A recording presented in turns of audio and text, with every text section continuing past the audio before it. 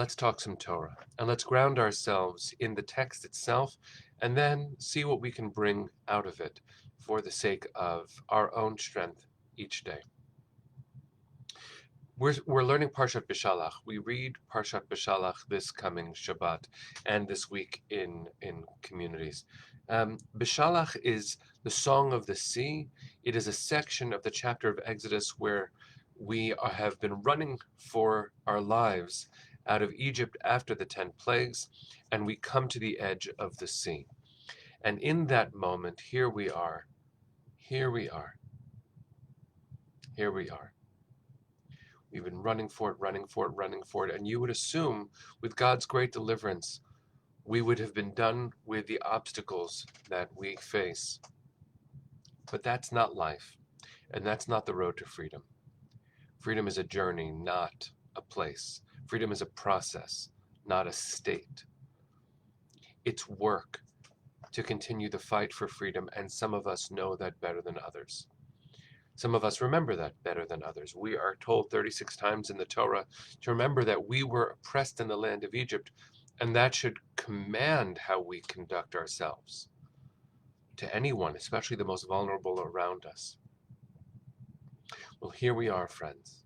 Here we are, at the edge of the sea, as always.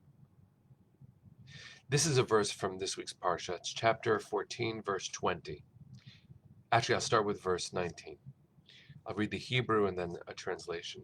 Vaysa malach ha'Elohim ha'olech lifnei machane Yisrael, vayelech me'achareihem, vaysa amud ha'anan mipnehem v'yamod me'achareihem.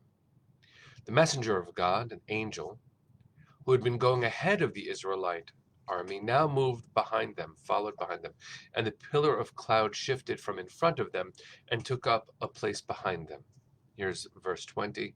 And it came between the army of the Egyptians and the army of Israel. Thus there was a cloud with the darkness, and it cast a spell upon the night, so that the one could not come near the other all through the night.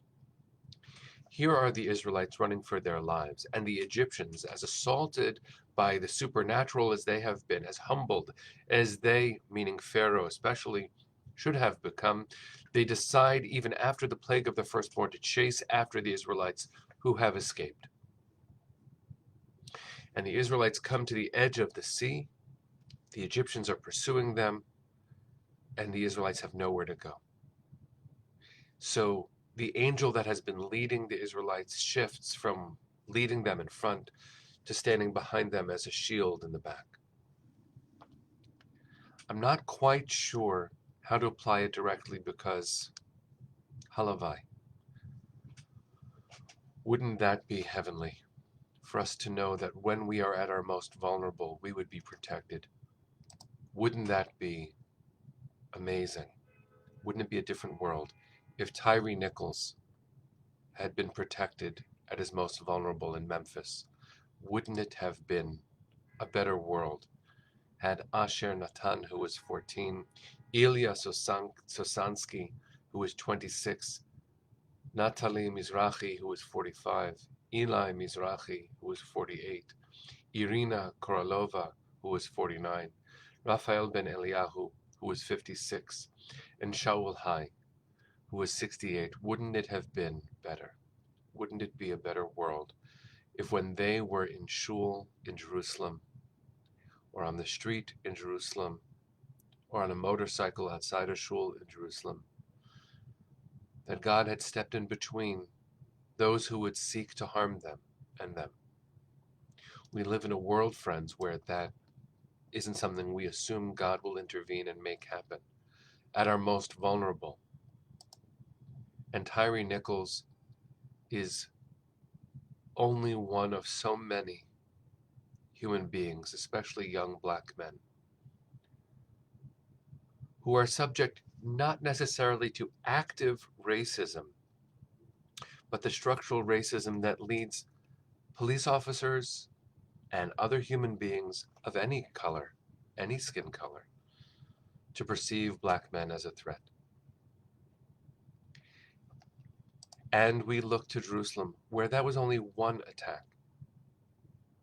of many that have happened since Friday night. And we look to New Jersey, where just yesterday a Molotov cocktail was thrown at a synagogue.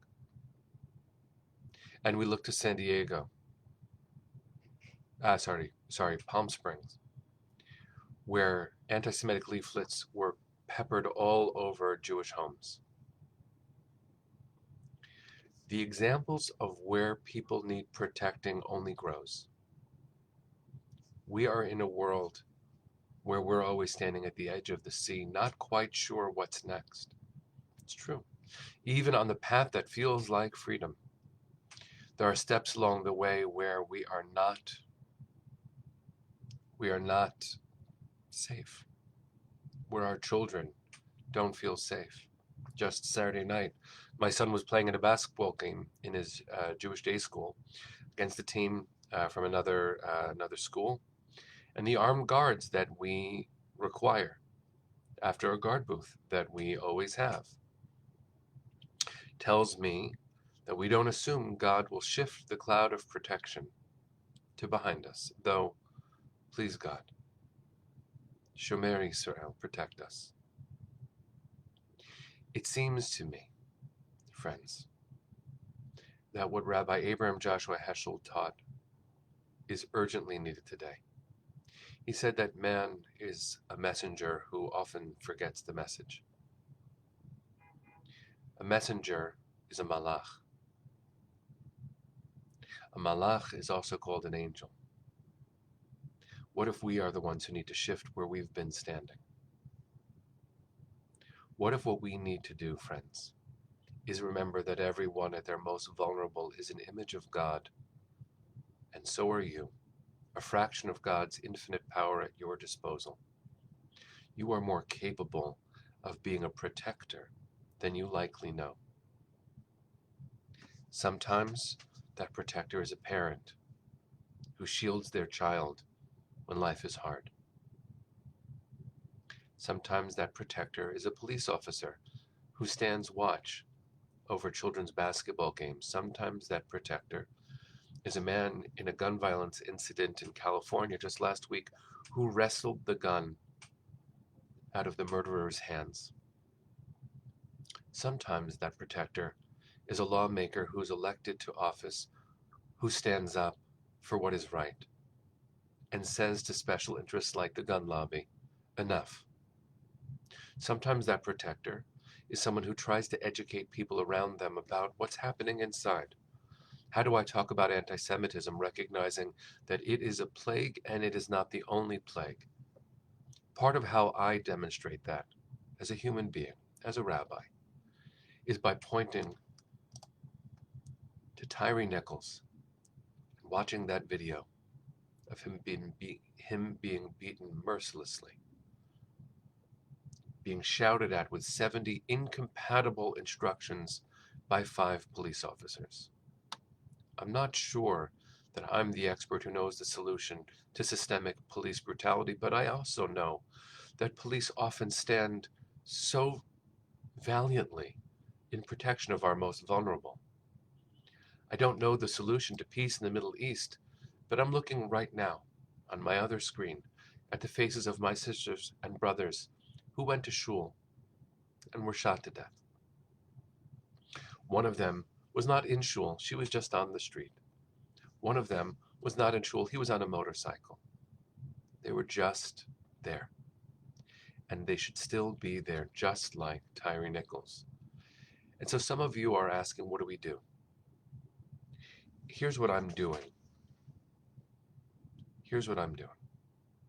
I'm keeping my eyes open. I'm keeping my heart open. Being a fellow vulnerable human being is an essential part of being a human being. And being a messenger of God in whatever small way each of us can is a command, it's a mitzvah. When I saw the news on Friday about the terrorist attack in shul in Jerusalem, I ran to shul near my home because I am not going to shrink from the world. That's what I'm not going to do. I invite you, friends, to explore on a day that is not Martin Luther King Jr. Day. on a day that is not the 50th yahrzeit of Abraham Joshua Heschel, on a day that is not, please God, a terribly hard one for you, I encourage you today to explore one way that you can be a messenger of God. I know that that sounds too theological, too much God for casual conversation, but the truth is, we're a self-select group of people who show up for Torah learning every morning, and if we are not the group that can explore God in a gentle, loving, and healthy way for the sake of our world, where's that going to happen? So I encourage you to look deep within and to say to yourself, what is in my power to do for someone else today? Can I remember the message I was called to deliver? Can I stand in the breach to protect a child? Can I stand for my people and for all people, knowing that all people belong to each other, because ultimately we belong to God? Friends, this world has an infinite number of directions that require attention, and maybe the power of looking at this week's Parsha and seeing that the cloud of God shifts to where the needs are. Sometimes that cloud needs to be in front. Sometimes that cloud needs to shift to the back. And in fact, if you listen to the way that the verse is written, I'll read it in Hebrew and then English again. Vayhi ha'anan v'choshech vaya'er et halayla. The cloud and the darkness lit up the night. V'lo karav ze el ze kol halayla. And they didn't come close all night long. Sometimes what we need is a pause so that we can situate ourselves and choose a better course. Friends, every morning you and I pause. We're coming up on the third full siyum of Torah. We started March 18th, 2020. Pretty soon we're going to come to Parshiot Vayakel Pekudei, where we began 3 years ago, 3 times through the Torah. I hope that you have felt provoked and comforted and alive, maybe even inspired, grounded, so that we could do our work better in the world, friends. Blessing you. I bless you today to discover within yourself the message that you are called to bring into the world, never as a weapon, always as an offer of service to a world in need. Those needs aren't going away. Neither are we. Good day, friends. Let's sing our way into it, and we'll see each other tomorrow.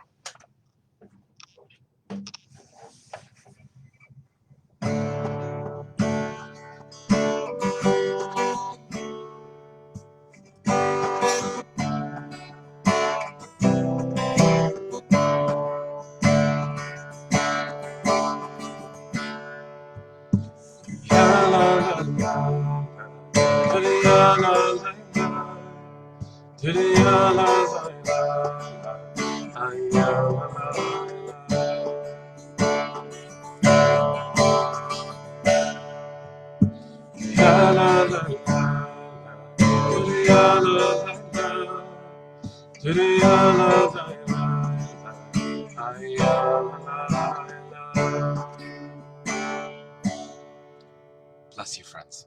See you tomorrow.